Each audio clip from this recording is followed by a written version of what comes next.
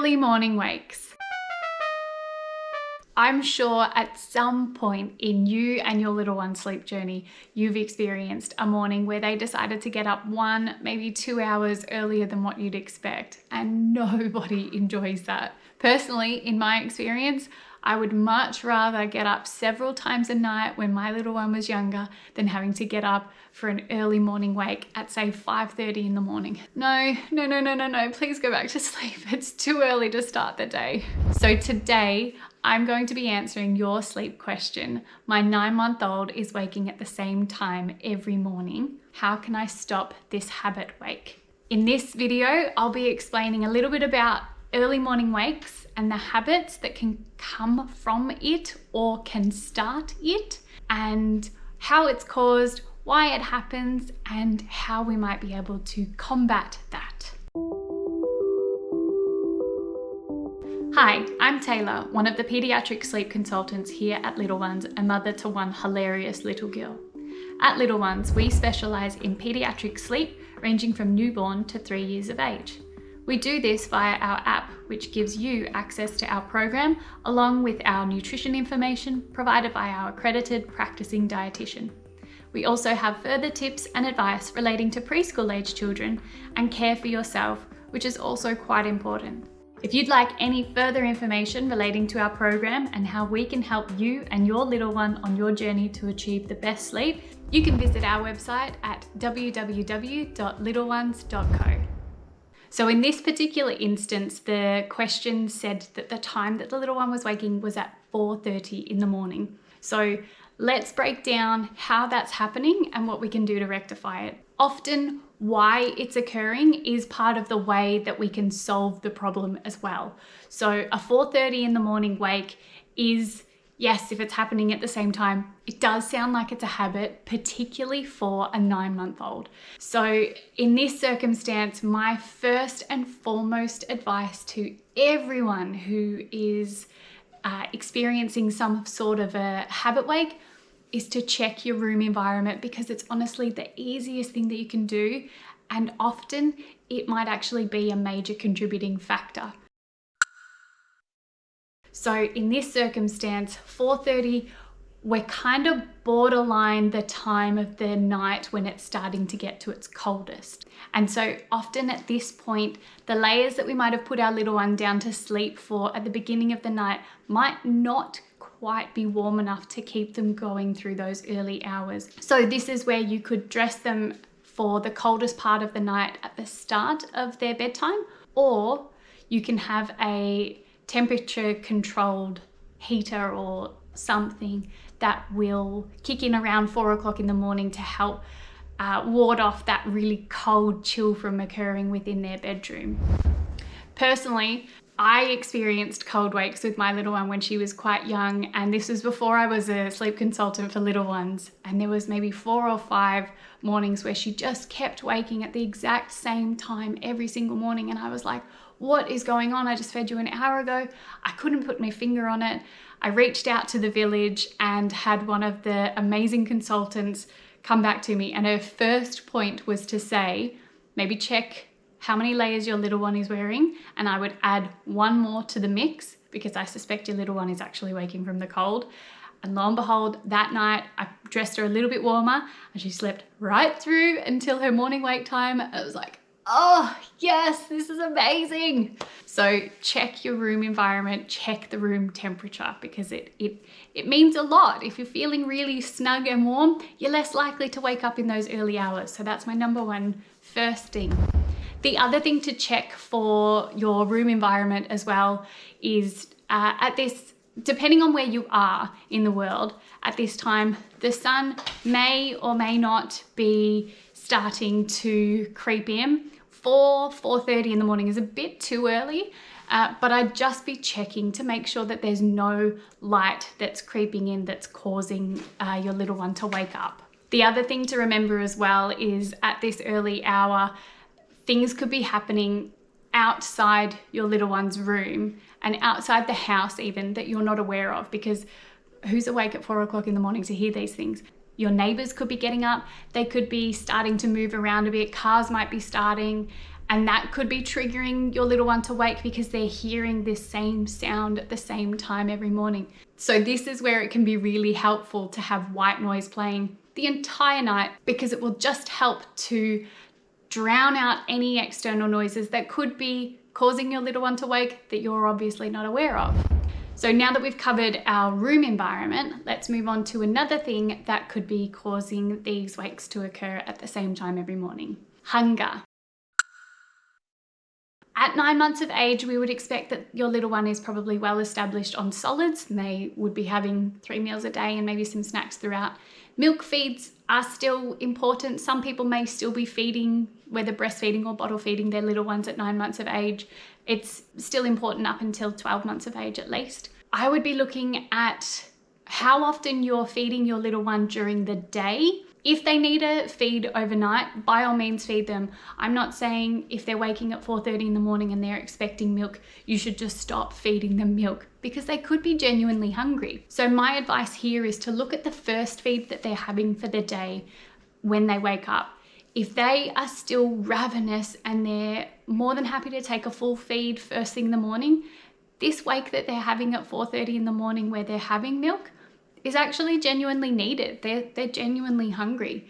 You might just have to keep waiting it out until they find a little bit better balance with their solid intake, and eventually the night feed should start to reduce.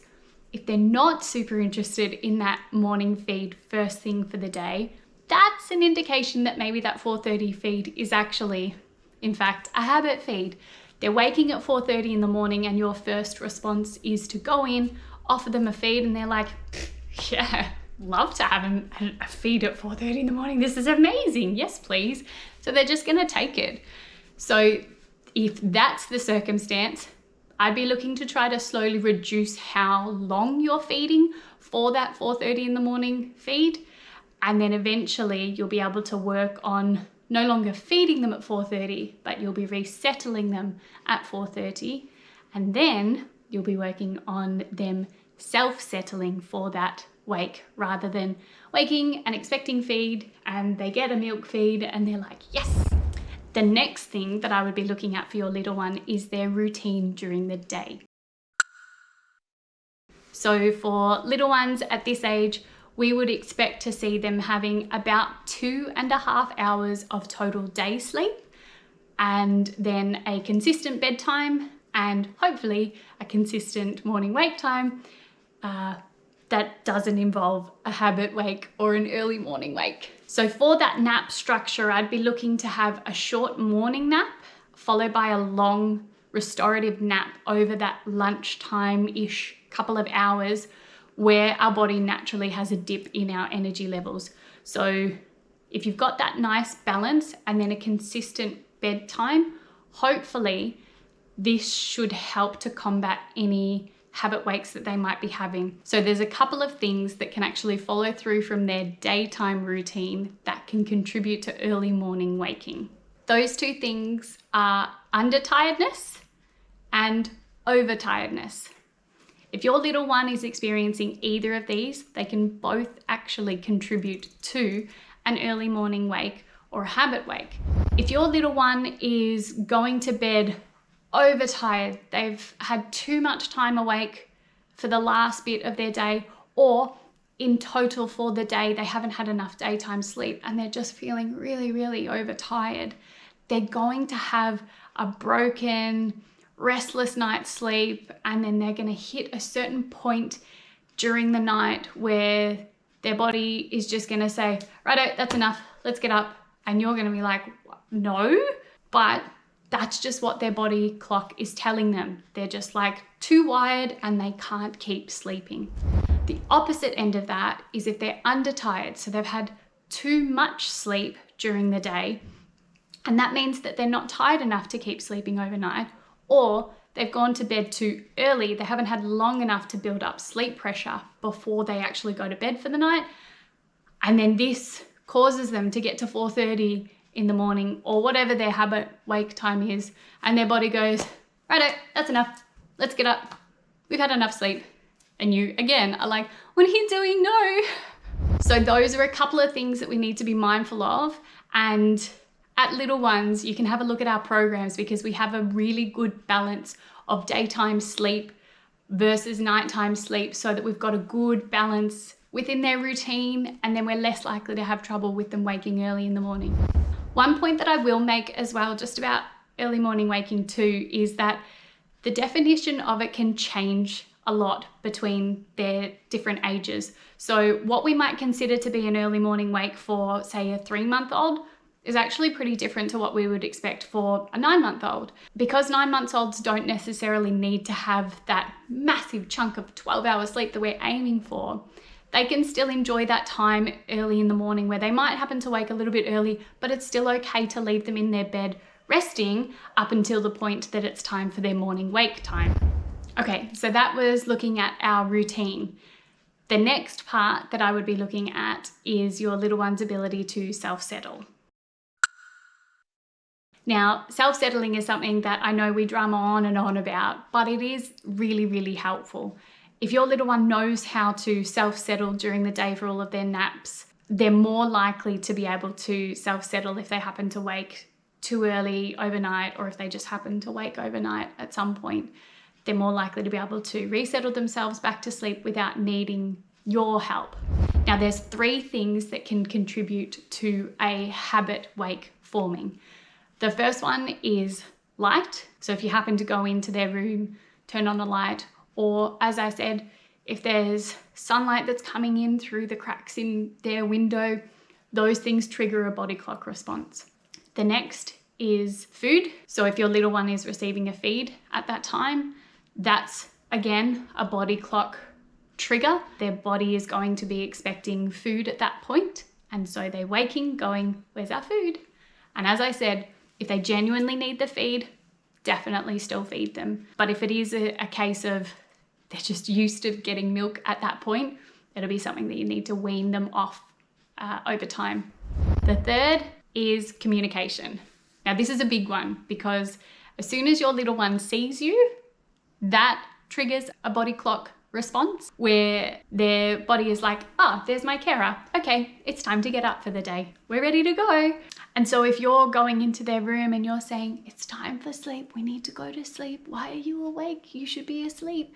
Let's go to sleep. Your little one is like, we're having a conversation, so I'm going to stay awake. It doesn't actually help in this situation. So by all means, I'm not saying that you shouldn't go into them, but if your little one knows how to self-settle, you've been able to cross off the room environment, genuine hunger, their routine. What you may need to rely on at this point is your little one's ability to self-settle. Now, we've got stacks of information on teaching your little one how to self-settle and how to encourage self-settling, all that jazz. So you can check out any of those videos, any of those resources that we've got. Also within our sleep program as well, we've got information on how to either teach your little one to self-settle, and there's a few self-settling methods that you can choose from as well.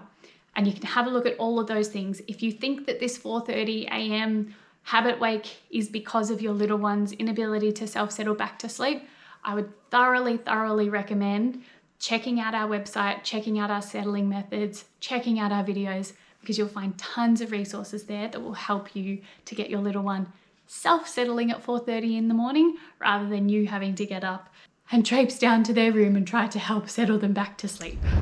I hope you found today's video to be informative and it helped to answer a few questions that you might have had about why a habit wake might be occurring or what you can do to help combat it. If you'd like to keep up to date with any future videos that we've posted, you can subscribe to our channel and make sure that you've got that notification bell on so that you get notified as soon as we release new videos. Feel free to comment below any questions that you might have, or check out our Instagram where you can ask questions there, and one of your questions might actually be turned into one of these videos as well. Have a great day, and I'll talk to you again in future. Bye now.